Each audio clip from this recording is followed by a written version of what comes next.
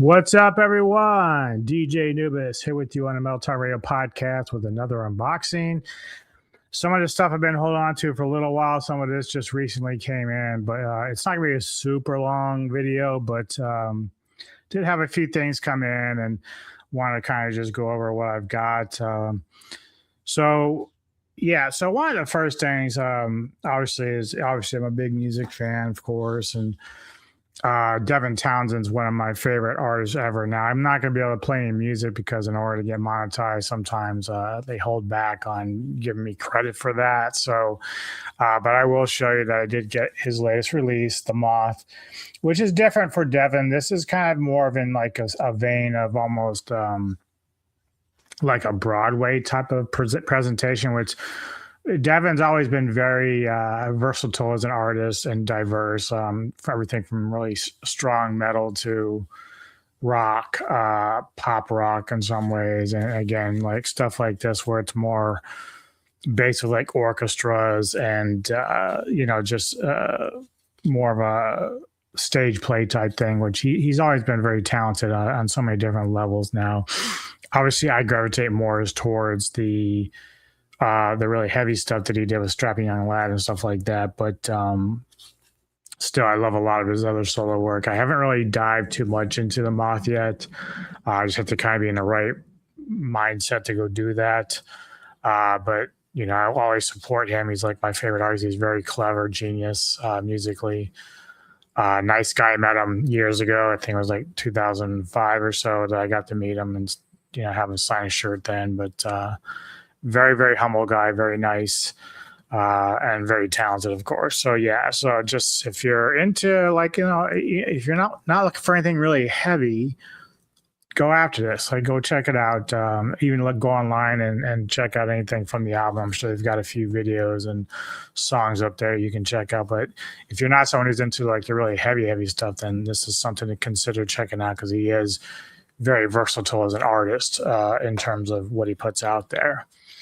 I showed this a little while back when Kevin and I did the Road Warrior for the movie retro movie show. That was my pick for last month. And one thing that I always loved about the Road Warrior, I loved the franchise itself, but obviously Road Warrior is like my favorite. And one of those reasons is, of course, the car that he also took from Mad Max at the end is the Interceptor. And so like this car is just badass. So I initially, when I ordered this, I thought it might be a little bit bigger, but this is fine. Like I really like, it's in this little case and it does come off. Go figure. How about that? Okay, so I can remove the glass on top. I didn't know I could do that. But yeah, this thing is wicked awesome. Like this car is just badass. I actually would probably, if I can find it, and I know they probably have it, is like the car from the Wraith. If you remember that movie, like that car is badass, the Daytona. So I've been kind of going around doing it. So ever since I did my and I can't get it back on. Ever since I did my review with Jedi on Maximum Overdrive, you remember the Goblin rig, right? So that kind of sent me into going and looking for a matchbox of the Goblin rig. But they're out there, but the problem is they're very expensive, like not cheap at all. And they're not super big. They're probably just like your regular matchbox. So I kind of made some changes to like my mindset of what I might look for to collect. I haven't collected cars in such a long time. Usually it's like if I see them in the store, and just something that catches my eye, I think, oh, that's really cool. But I decided to pick up a couple other ones that are from movie-based vehicles that you would see. And one of them also is the 1969 Ford Mustang Boss 429 from John Wick. So the one car that he valued that was taken in the first movie that everyone knows, I got that, of course, on Matchbox, and these aren't that expensive, so like it's fun just to kind of have them and stuff like that. The other one I got, as I tried to think about like what cars and movies that are like stand out, like whatever you're watching. So even if you were to do like the Fast and Furious, they do have matchboxes of some of those cars from the movie. But this one I always kind of liked. It's a good movie. Stephen King is, of course, Christine, the Plymouth Fury, 1958. Really enjoyed this car. Fantastic movie. And so, yeah, just a couple of little collectibles to have in my collection of stuff.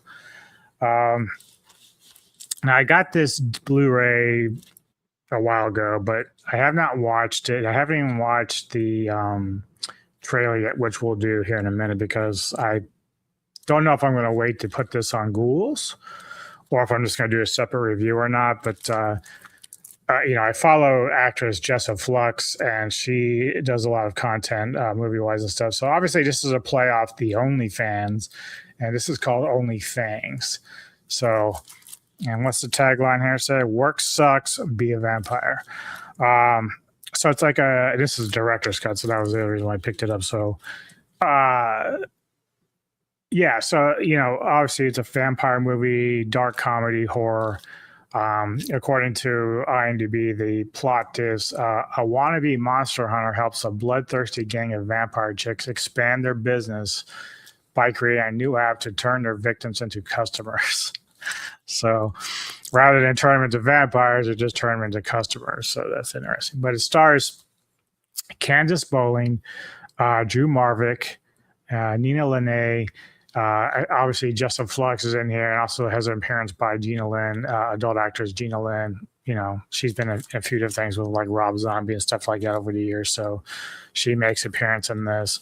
So let's go ahead and just check out the trailer. This is the first for me to actually see really kind of what this movie's about in terms of vibe and feeling. So let's check out the trailer together and see what we think, huh?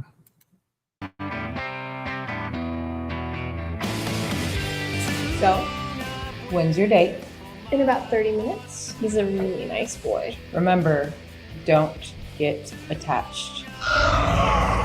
Whoa, what the hell is that? Holy shit. Holy shit. Scarlet! Did you get him?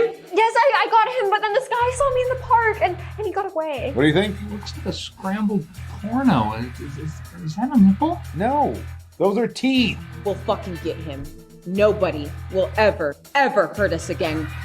Never again.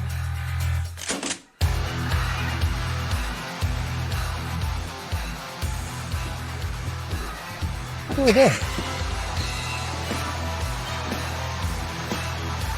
Look, I know it's blurry, but I swear to God, I saw that creature eat this dude's face. You like that shit? Oh, I love creepy stuff. Monsters, movies, conspiracies. I love it all. Let me give you my card. If you ever need any video work, just let me know. I build websites. Us entrepreneurs got to stick together. Scarlett had big plans for this place. But I think I messed them all up.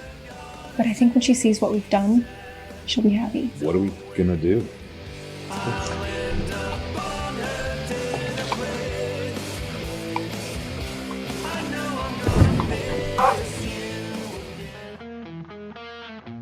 Scarlett is a vampire.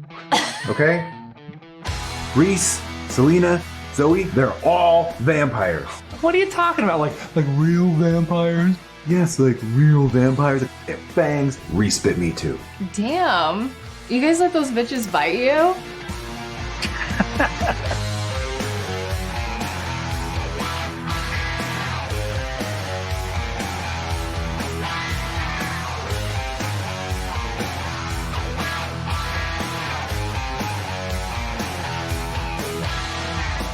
Cool, so what time does the drug-fueled crazy blood orgy start?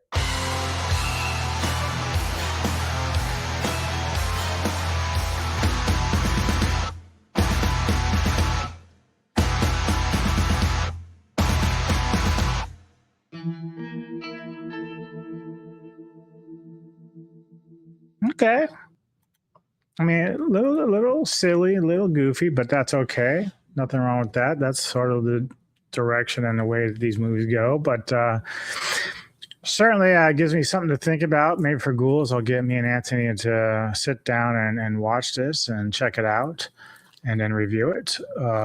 I've been trying to kind of get an interview with Jessa for a while now, but sometimes it's hard to get a hold of her. I mean, obviously I do it through email, but it's hard to kind of like get us on the same page because like I'll answer her email and then I won't hear from her for a while, and then she'll send something back like, oh yeah, let's do this, and then I won't hear anything from her for a while. So Jessa, please, for the love of God, try to get a hold of me. I know like I knew I had to pay for your time, which is fine. Like I know it's like a little charge, which is fine, but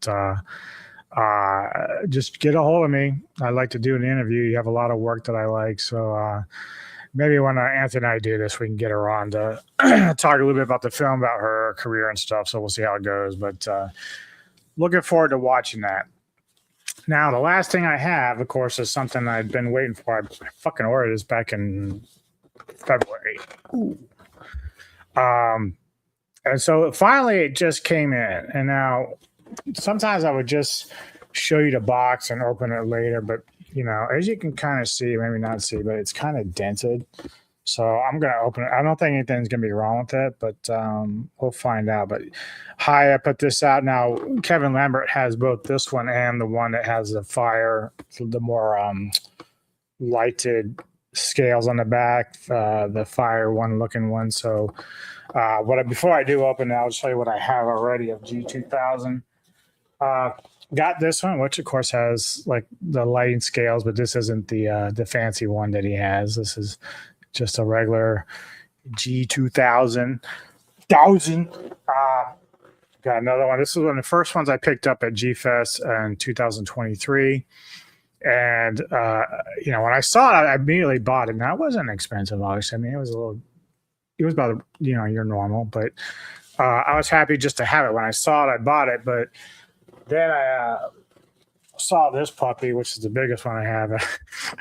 I told the guys I was able to talk to me. I think it would cost like 125 or 150. I said, hey, if I give you 100, which is my last 100, he was fine with that. He took it. So the thing I love about G-Fest, you can still work with people to when you buy their, you know, the vendors and stuff like that. They generally will work with you in terms of negotiating prices for stuff because, you know, they want to kind of get the product off their hands, but they also want to make the fans happy. So kudos to the guy. I can't remember his name and who he was representing, but to give me a break and give me this for $100, and I was very happy about that. It's so awesome in general. But yeah, when Haya decided they were going to, you know, release this one, then I was like, well, I'm going to get it. Haya puts out a lot of quality stuff. I mean, you can see my Shimo, my GMK here. So they have a lot of cool shit. And so let's go ahead and break into this and just see if my shit's in one piece, because that would suck if it wasn't. And not in a good way.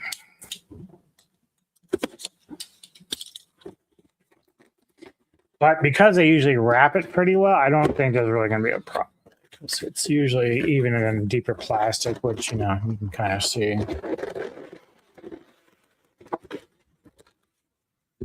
All right. Yeah, the funny thing is, I love the boxes a lot of times. I get stuff in boxes all the time. Like, you know, the Gamma that I have is in a cool box. And I wish, you know, I probably hold on to some of them just because they are very cool. If I have a bigger room, I can kind of display them. I was doing that at one time, but then all of a sudden I got this influx of figurines and it was hard to find space for the boxes, so I had to kind of set them out in the garage by themselves. But some of the boxes I do like to keep a hold of, obviously. All right,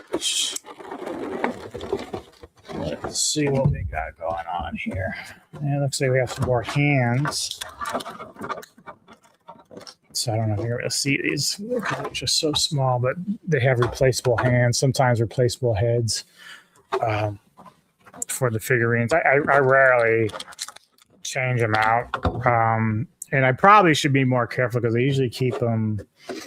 I keep all the small parts next to the actual figurine. So like if you see, you don't see right now, but my -1 down here, I have the secondary head. Is this the one that opens the mouth? No. So it has the open mouth on it, but I keep them next to each other, but I should be more careful about that because sometimes the cats will get up there and they're like, and then it'll end up getting lost or some shit, you know. I have too much shit down here, man. Okay.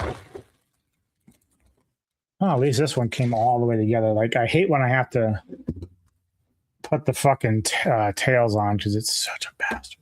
It's so hard. All right. So, yeah, this is gorgeous. So, yeah. And does his mouth open? Oh, yeah. Okay. Oh, he's got a tongue, too. Okay. So, there you go. Hiya. Hiya. Not hiya. Hiya. It's a different type of hiya. But this is badass. Nice weight. Very sturdy. Like I said, it has the change of hands, which I don't know why you'd really want to because these ones look just as cool. But yeah, you can see it's got his tongue in here and shit. Like the mouth does close. But this has always been one of my favorite looks of Godzilla. Like G2000 is my very favorite, and people have different opinions. Like I know Rob from ETN, he doesn't really, he thinks this looks too much like a rat or something, but I don't know if I would say a rat. I mean, one thing about Godzilla is a lot of times his mannerisms and his look sometimes mimics a cat. If you look at Legendary recently, the last film where Godzilla's inside the Coliseum and he's kind of like laying there like a cat in like a little bed. So, I mean, I've never really seen Godzilla look like a rat, but certainly a cat type, you know, mannerism or so. But yeah, I'll put this up here and display it for a while. This is so cool.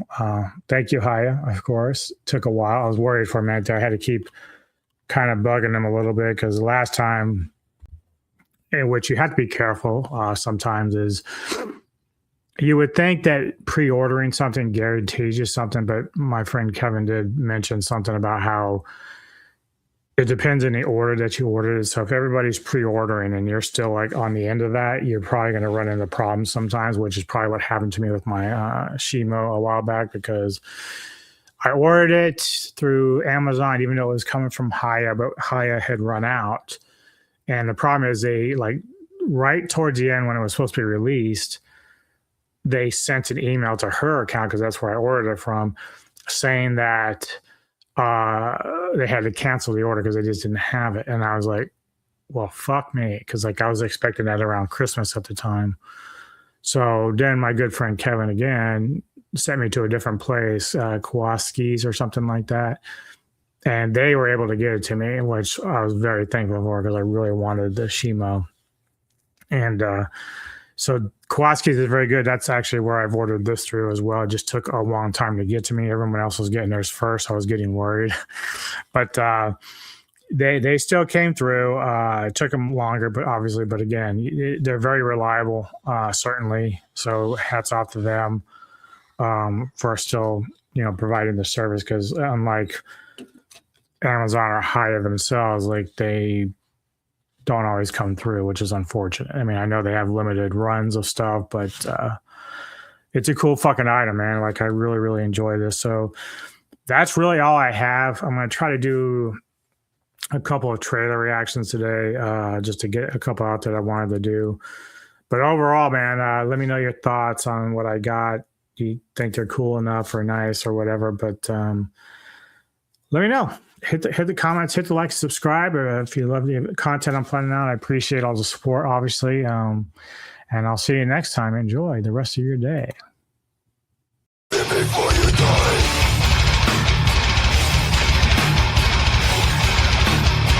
Find the mirror.